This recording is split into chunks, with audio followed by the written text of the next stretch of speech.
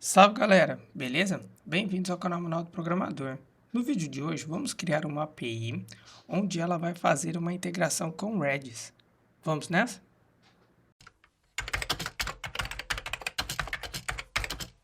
Antes da gente começar, se você não é inscrito no canal ainda, inscreva-se, curta os vídeos para o YouTube entender que é um vídeo bacana, que te ajudou, aí ele indica para mais pessoas e conseguimos ajudar mais gente. Também inscreva-se no nosso Instagram, onde nele informamos sempre quando tem vídeo novo e sempre estamos informando algumas dicas, beleza? Então, galera, antes da gente começar aqui no Visual Studio com o nosso código, eu acho legal a gente falar um pouco sobre o que é o Redis e como devemos usá-lo. Então, não adianta só eu mostrar para vocês a integração e não explicar o que é, porque aí depois não vai adiantar nada. A gente vai ver e não vai saber quando deve aplicar. Então, eu acho legal essa introdução um pouquinho sobre o que ele significa. Então, o que é o Redis, né? É um armazenamento de dados de chave e valor, onde esses dados são armazenados em memória, fazendo com que a sua leitura seja bem rápida. Esse armazenamento de chave e valor, galera, a gente pode tirar como ideia o dicionário. Quando a gente cria um dicionário, são sempre chave e valor. Então, o mecanismo que o Redis funciona é dessa forma, chave e valor. Beleza? Como a gente deve usar, né? O Redis, a gente deve usar ele quando temos certos dados que são acessados várias vezes e seus valores sofrem pouca alteração. Por exemplo, imagina que a gente tem uma aplicação e nessa aplicação a gente tem os parâmetros iniciais. E toda vez que a gente inicia o sistema, aquele parâmetro inicial é carregado.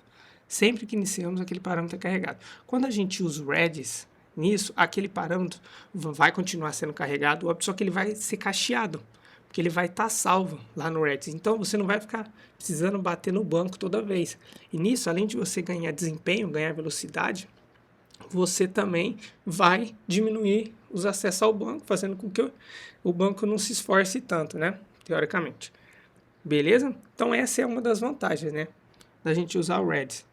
Mas a principal é essa, é o fato dele cachear esses dados e o acesso a ele é muito rápido. Então, a gente vai ganhar muito desempenho nas nossas aplicações.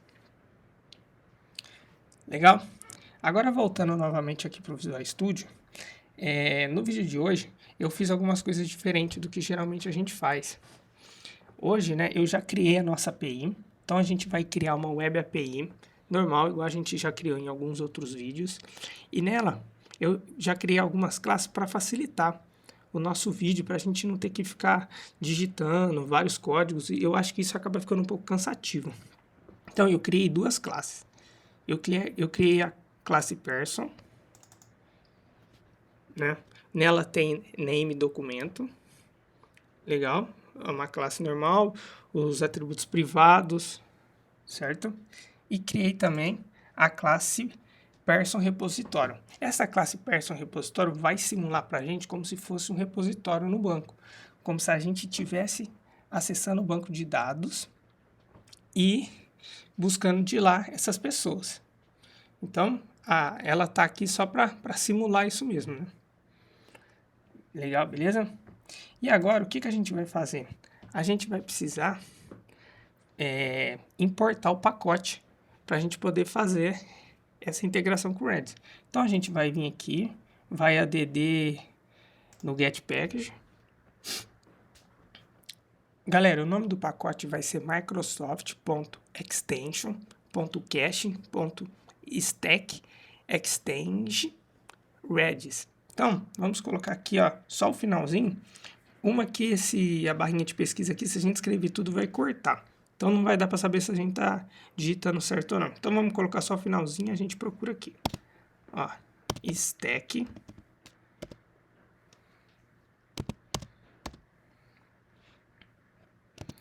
extend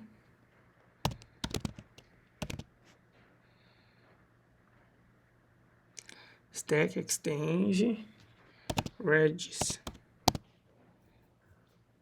É esse primeiro aqui, ó. O da própria Microsoft mesmo. Então, a gente vai flegar ele e para adicionar. Aqui embaixo, aqui, ó. Se a gente ver, está adicionando o pacote para nós.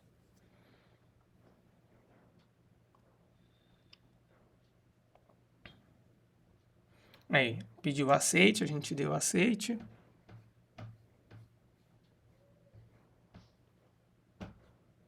Beleza, pacote adicionado. Então, agora a gente vem aqui do Program e a gente vai ter que colocar as conexões, né? No nosso caso aqui, as conexões são locais. No de vocês, se a gente estiver testando, pode ser local, mas se a gente estiver aplicando no nosso dia a dia, é bem provável que aqui vai ser a URL do servidor. E aí nessa URL já vai conter usuário, senha, porta, tudo mais. Aqui no nosso, como o nosso Reddit está instalado local e ele não tem usuário e senha, então no nosso aqui a gente só vai informar a URL e a porta. Legal? Então, vamos vir aqui mesmo, pode ser em cima aqui do Builder Service Controller. E a gente vai colocar aqui, ó, builder.service.add, passou isso aqui, add stack extend Redis Cache. Esse mesmo. Vamos abrir e fechar. Aqui a gente vai pedir para importar. A gente vai usar o pacote que a gente acabou de instalar. E aqui vamos colocar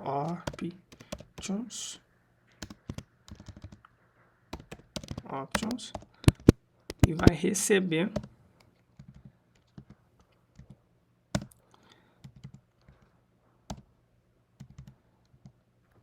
legal? E aqui dentro a gente vai colocar options.configuration e aqui passar as nossas conexões.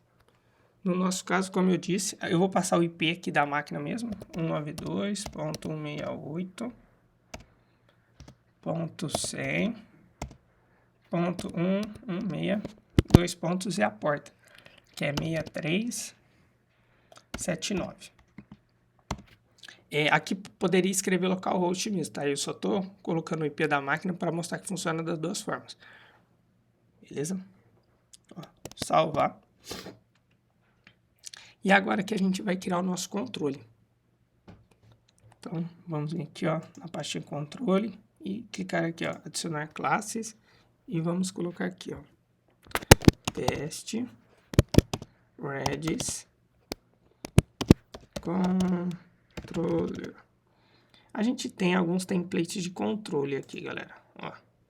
Só que ele acaba criando várias coisas, ó. Vou mostrar para vocês aqui, ó. Esse daqui é um deles, ó. Vamos usar esse, ó, Web API Control Class. Quando a gente cria, viu que ele criou várias coisas, a gente não vai precisar de tudo isso. Na verdade, a gente vai precisar só de um get mesmo aqui. Então, o que a gente pode fazer é vir aqui apagar, né? Deixar só um get só, que já vai atender a gente. Aí a gente modifica ele aqui, ó. Não precisa disso aqui também, vamos apagar.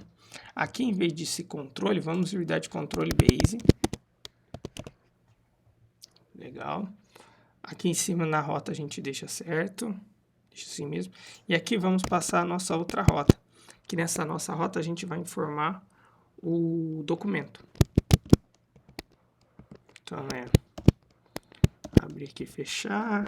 Documento.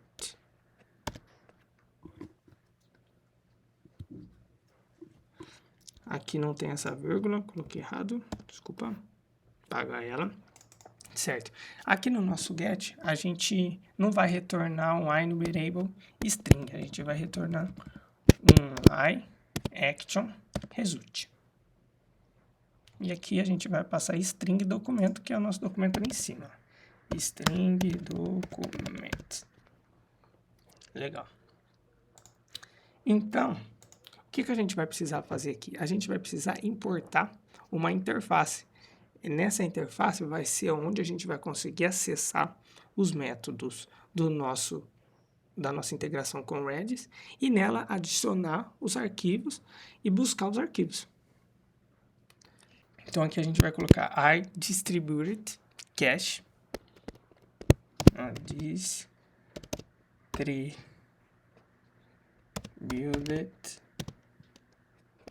cache underline, pode só chamar de cache mesmo, né? Pode colocar aqui, ó, private, read only, né? Faltou colocar isso aqui. Private, read only. E aqui a gente vai precisar importar, né? Pôr o mouse em cima e importar ela. Legal.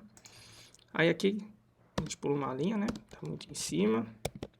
E vamos criar o nosso construtor. Vim aqui com o botão de novo, aqui ó, Generate Constructor. Legal. Então a gente aqui criamos o nosso construtor para a gente conseguir acessar os métodos do nosso cache. Então, o que a gente vai fazer aqui, galera? Quando a gente iniciar nosso método, a gente primeiro vai buscar no cache para ver se aquele documento está lá. Então, ó, var, vamos chamar aqui ó, de JSON, é igual a underline cache ponto getString. A gente vai chamar de getString. Tem métodos assíncronos também, mas hoje a gente não vai fazer assíncrono, que a gente vem usando métodos assíncronos todos em vários outros vídeos. O de hoje eu optei por não colocar async, mas pode usar o método assíncrono também, que não muda nada. Ó, documento. Então a gente vai verificar se está lá, certo? Então aqui a gente vai fazer o que? Vai checar, né? If string ponto is null or empty JSON. Se o nosso JSON for nulo, significa o quê? Que ele não está no nosso cache. Então a gente vai ter que buscar as nossas pessoas no repositório de pessoas e adicionar ela no cache. E só assim depois retornar ela na tela. Então, para isso a gente vai precisar ter as pessoas. Então vamos criar aqui ó, uma variável person.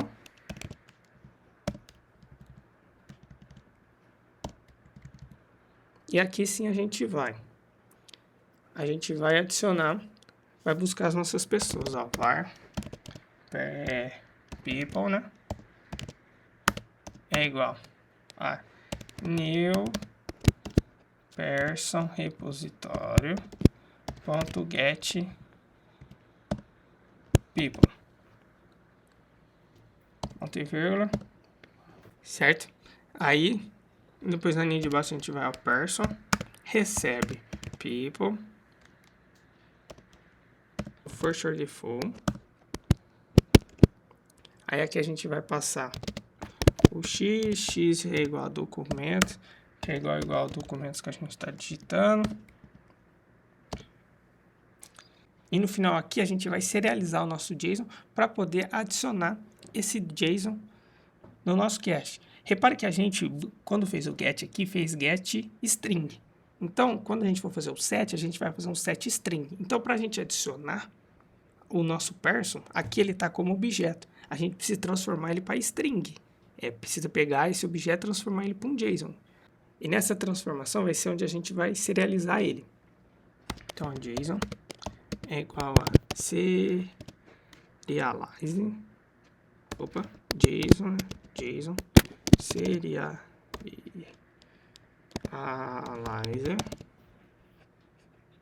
Ponto. Vamos aqui importar o nosso JSON mesmo aqui. Ponto serialize. E aqui passar o nosso person. Então serializamos o nosso JSON e agora vamos adicionar ele. Ó, underline cache. Ponto.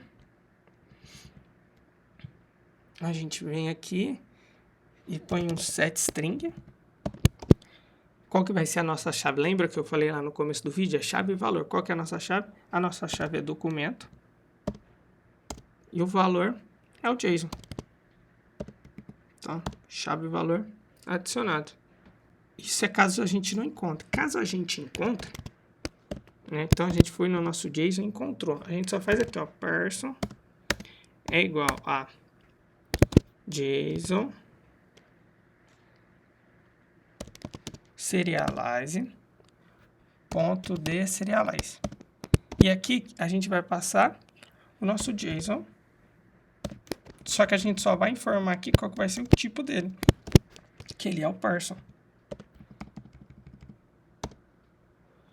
Feito tudo isso, no final a gente faz um return, ok, e passa o nosso JSON. Legal? Então, galera, terminando aqui, antes da gente dar um build, vamos só recapitular o que a gente fez. Então, a gente buscou no nosso cache, se está lá. Se não está no nosso cache, a gente vai no nosso repositório, transforma o nosso objeto para JSON, salva ele no cache e depois devolve. Isso significa que a próxima vez que a gente mandar aquele CPF já vai estar em cache. Então, no mundo real, a gente não precisaria buscar no repositório, né? Aqui está tudo em memória, mas geralmente esses dados vão estar no arquivo, num banco de dados, e assim vai, em vários lugares, ou até mesmo numa integração a gente está buscando de uma outra API, a gente nunca se sabe de onde vem exatamente o dado, pode vir de vários lugares, mas no nosso caso aqui ele está tudo mocado aqui, mas eu estou só mostrando como que ia ser no dia a dia. Então, vamos lá? Então, eu vou dar um build aqui.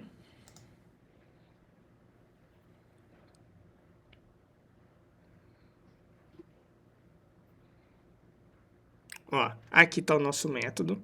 E a gente também instalou um programa aqui que chama Another Redis Desktop Manager. Eu vou deixar na descrição do vídeo o link para baixar. Ele tem para todos os sistemas operacionais, Linux, Mac e até para o Windows. Então, eu vou deixar aqui. Por que a gente está usando ele aqui? Para a gente simular. Porque a gente vai salvar no cache, mas como que a gente vai garantir que realmente salvou? Não dá para ver. Esse programinha a gente consegue ver que salvou mesmo, realmente salvou. Então, vamos fazer a nossa conexão. Aqui a gente tem que passar os mesmos dados que a gente passou lá na nossa API, né? Então, aqui é o 92.68.100.116, a porta 6379.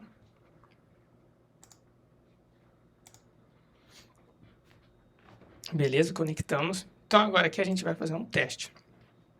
Vamos vir aqui no nosso programa, vamos pegar aqui um IP qualquer, vamos pegar o do João, copiar, vamos vir aqui e vamos colar o do João aqui para a gente testar, certo? Colocando aqui, executando. Ó, foi gravado. Se a gente executar de novo, buscou o João. A gente vem aqui, atualizar, vamos dar uma atualizada, ó aqui.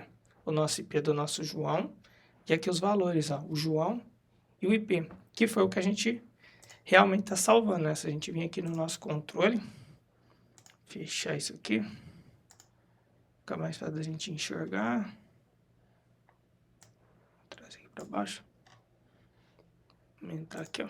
Se a gente vir aqui, ó, no nosso controle, é exatamente o que a gente salvou, a gente serializou e salvou a string aqui dentro do nosso cache, do Redis lá. Então, se a gente reparar aqui, tá exatamente o que a gente havia conversado. A chave é essa e os dados da chave são esses daqui. E se a gente ver, tem dois parâmetros. Esses parâmetros aqui são os parâmetros de expiração. A gente tem o set absolute expiration e o set sliding expiration. Ambos eu fiz um teste antes do vídeo, ambos expiram.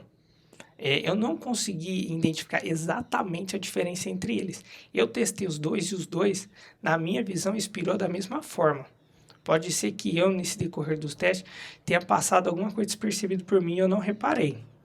Então, eu não vou aqui cravar para vocês que exatamente eles funcionam da mesma forma. Nos testes que eu fiz, eu identifiquei que funcionam. Se alguém souber de alguma diferença deles, entre eles, por favor, deixe nos comentários aqui, eu não consegui identificar. Beleza? Certo? Então, o que a gente vai fazer? A gente vai colocar uma expiração dessa para vocês verem que quando a gente grava alguma coisa no nosso RED, passa um tempo de expiração, esse tempo atinge, ele automaticamente é inspirado. Ele automaticamente pega e tira esse dado de lá. Beleza? Então, vamos apagar esse dado que está aqui, que é o que a gente colocou agora. Vamos aqui na nossa aplicação para ela e adicionar essas configurações. Então, galera, para a gente poder adicionar aquele tempo no nosso cache, a gente vai ter que criar um novo objeto aqui, onde a gente vai atribuir essas informações para ele. Porque se a gente vir aqui no nosso set, a gente vê que ele espera essa configuração, olha lá, Distribute Cache Entity Option. Então, a gente vai vir, vai pegar essa classe, vamos chamar ela de configure mesmo, vamos dar um new, instanciar ela, e aqui na linha de baixo a gente vai configurar, configure.set absolute experience, e passar o nosso time span.fromSecret e passar os nossos 15 segundos. Acho que 15 segundos tá ótimo para a gente testar. Aí a gente vai vir aqui depois da nossa vírgula e vai colocar ó, configure. Legal? Então a gente vai dar um build agora aqui e agora, depois de 15 segundos, o nosso cache tem que ser expirado automaticamente.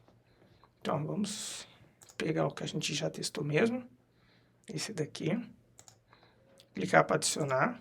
A gente vai atualizar, ó, caiu de novo, só que se a gente reparar agora, além dele cair aqui, ele já tem esse tempo em cima. Esse valor que ele mesmo coloca, né? Então, a gente só precisa esperar aqui uns 15 segundinhos para ver se realmente ele vai expirar. Vamos atualizar aqui, ó, já expirou. Já deu os 15 segundos, ele já expirou. Tanto que se a gente vir aqui, ó, não tem mais nada, e ele já até tá dando erro, ó. Se a gente vir aqui adicionar, ó, ele vai aparecer novamente. Viu? Então, galera, realmente funciona. Então, caso a gente queira adicionar alguma informação e quer que ela expire em X tempos, para a gente não ter que ficar se preocupando em apagá-la, essa é uma grande opção também. Beleza? Então, legal. Então, galera, por hoje é só. Espero que vocês tenham entendido. Qualquer dúvida ou sugestão, deixe nos comentários que a gente lhe responde na medida do possível. Beleza? Valeu e é nóis.